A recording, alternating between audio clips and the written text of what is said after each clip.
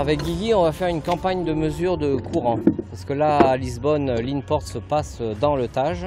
Donc c'est une rivière qui présente l'intérêt d'avoir des marées, basse mer, haute mer, avec 6 heures entre chaque marée. Et on va courir, en fait, samedi, on va courir à basse mer. Bon voilà, alors on sort du port.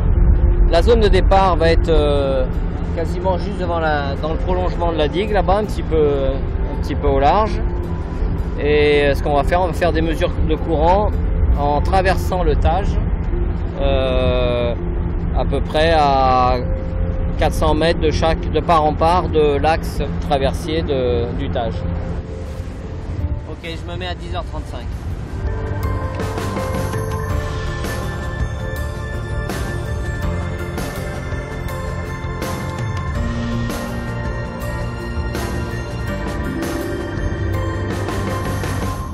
La méthode pour mesurer le courant, c'est qu'en fait on a une longue tige qui fait à peu près 3 mètres, qui est lestée au bout, donc qui tient verticalement dans l'eau. Donc quand on la met dans l'eau, on pointe, on appuie sur manoverboard en fait, c'est-à-dire un point où il faut revenir pour aller le rechercher.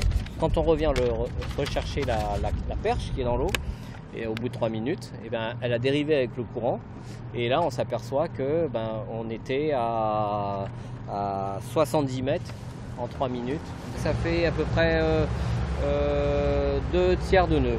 C'est pas mal, bon on est basse mer, mais je sais que là on peut avoir jusqu'à 3 nœuds de courant. On peut très bien avoir au moment de la renverse un nœud de courant dans un sens et un nœud de courant dans l'autre, de chaque côté de la rivière. Et ça il faut le savoir parce que il faut en profiter. Un nœud c'est énorme, surtout s'il y a une différence de 2 nœuds d'un côté ou de l'autre.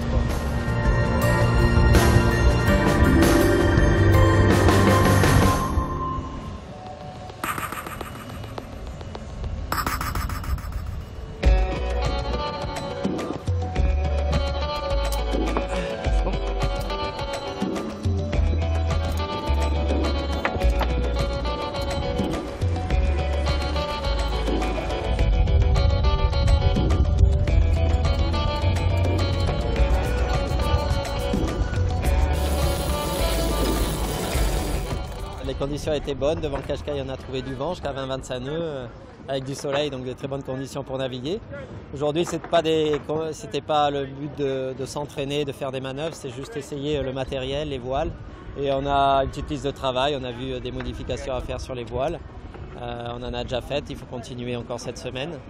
Voilà, donc c'était intéressant et ça va dans le bon sens pour la performance si on fait les bonnes modifications à temps.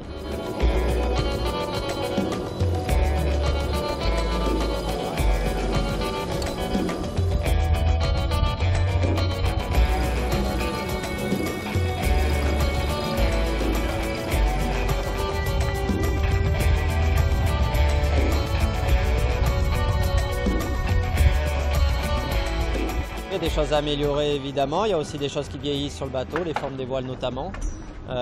Donc il faut travailler pour retrouver des formes idéales sur les voiles. Elles commencent à être vieilles, elles déforment. Et voilà, si on veut rester au meilleur niveau, et c'est ce que font toutes les équipes, on retouche souvent les voiles, c'est le plus gros travail et aussi une part importante de la performance notamment.